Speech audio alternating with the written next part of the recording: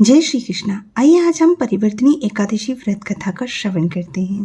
परिवर्तनी एकादशी को पार्श्व एकादशी, पद्मा एकादशी, जयंती एकादशी, जलझुलनी एकादशी व वामन एकादशी भी कहा जाता है। इसे परिवर्तनी एकादशी इसलिए कहा जाता है क्योंकि इस दिन हमारे भगवान श्री हरि विष्णु 4 माह की योग निद्रा के बीच में परिवर्तनी एकादशी के दिन भगवान अपनी करवट बदलते हैं। और इसे जलझुलनी एकादशी इसलिए कहा जाता है कि भगवान नारायण ने जब द्वापर युग में भगवान श्री कृष्ण के रूप में जन्म लिया था, तब इसी दिन उनका जलवा पूजन यानी कि जल विहार हुआ था। इसे भगवान श्री कृष्ण माता यशोदा और नंद बाबा के साथ ढोल ढमाकों के साथ पहली बार घर से घूमने निकले थे। इसी दिन भगवान विष्णु के 5वें अंशा अवतार भगवान वामन ने महर्षि कश्यप और माता अदिति के यहाँ जन्म लिया था। इसीलिए इसे वामन एकादशी भी कहा जाता है। इस दिन भगवान वामन देव का पूजन करने से भक्तों के सभी प्रकार के पाप नष्ट होकर उनकी सभी मनोकामनाएं पूर्ण होती हैं। ब्रह्म वैवर्त पुराण के अनुसार एक बार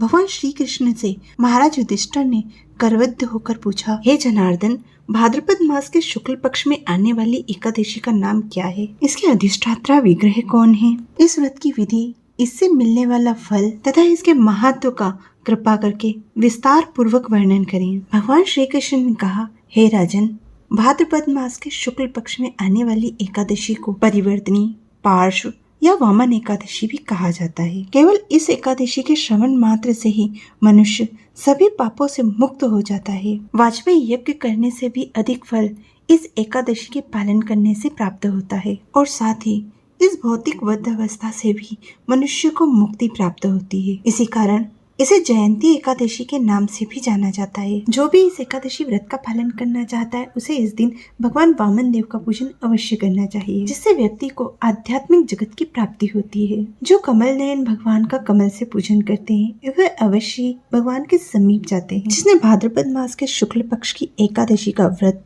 और पूजन किया, मानो उसने ब्रह्मा, विष्णु और महेश सहित तीनों लोकों का पूजन किया। तीनों लोकों में इससे उत्तम कोई व्रत नहीं है। भगवान श्री कृष्ण ने युधिष्ठिर महाराज से कहा, हे राजन, अब मैं आपको सभी पापों से मुक्त करने वाली इस एकादशी के संलग्न एक पौराणिक कथा सुनाता हूँ। ध्यान पूर्वक सुनिए। त्रेता युग में बलि नामक एक राजा था।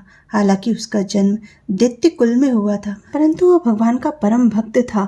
वह सत्यवादी, दानी और ब्राह्मणों की सेवा करता था। भगवान की स्तुति करते हुए उसने अपने परिवार सहित कई यज्ञ किए थे। अपने पुण्य कर्मों से अर्जित शक्ति के माध्यम से वह इतना शक्तिशाली हो गया था कि देवराज इंद्र को एक बार युद्ध में हराकर वह स्वर्ग का राजा बन गया था। तब समस्त देवता अपने गुरु बृहस्पति की अध्यक्षता में भगवान विष्णु के पास गए और उनसे हाथ जोड़कर प्रार्थना की कि वह उन्हें इस विपत्ति से मुक्ति दिलाए। उनकी प्रार्थना से प्रसन्न होकर देवताओं के कल्याण के लिए भगवान श्री हरि ने वामन अवतार लेने का निर्णय किया। इस प्रकार भगवान श्री हरि वामन देव के रूप में माता अदिति और महर्षि कश्यप के घर पुत्र रूप में प्रकट हुए। फिर राजा बलि जहाँ अश्वमेध यज्ञ कर रहे थे वहाँ पहुँच गए। वहाँ जाकर वामन देव ने राजा बलि से भिक्षा में 3 पग भूमि की याचना की। वामन देव की याचना पर बिना विचार किए राजा बलि ने वामन देव को भिक्षा देने का संकल्प ले लिया। जब वामन देव भूमि नापने लगे तो उनका शरीर विशालकाय होने लगा। जैसे एक पग में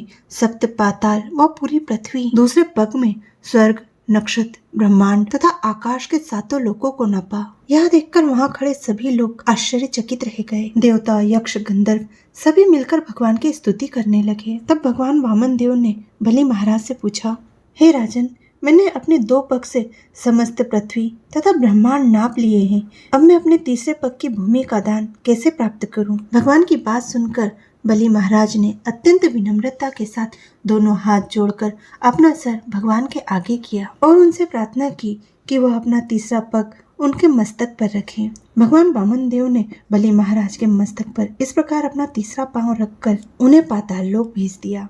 बलि महाराज की विनम्रता और शरणागति देखकर वामन देव ने उन्हें आशीर्वाद प्रदान किया कि वह सदैव बलि महाराज के भवन में निवास करेंगे। इसके पश्चात बलि महाराज ने परिवर्तनी एकादशी के दिन वामन देव के विग्रह की स्थापना करवाई। इसीलिए इस एकादशी को वामन एकादशी भी कहा जाता है। इस एकादशी के महत्व को बताते हुए भगवान श्री कृष्ण आगे कहते हैं, हे राजन, कार्तिक मास के शुक्ल पक्ष में आने वाली हरिबोधनी एकादशी तक मैं क्षीर सागर में अनंत शेष पर योग निद्रा में शयन करता हूँ। शयन एकादशी से उत्थान एकादशी तक मैं निद्रा अवस्था में रहता हूँ। इन 4 मासों में सभी को मेरी विशेष पूजा करनी चाहिए। इन 4 मासों के दौरान अर्जित पुण्य फल अत्यंत शक्तिशाली होते हैं। जो मनुष्य मेरे द्वारा वर्णित इस एकादशी का नियम पूर्वक पालन करता है, वह मनुष्य इस संसार के सभी भौतिक सुखों को प्राप्त करके अंत में बैकुंठ धाम को प्राप्त करता है। जो मनुष्य मात्र भक्ति भाव से इस कथा का श्रवण भी करता है, उसे देवलोक की प्राप्ति होती है। जो मनुष्य श्रद्धा और भक्ति भाव से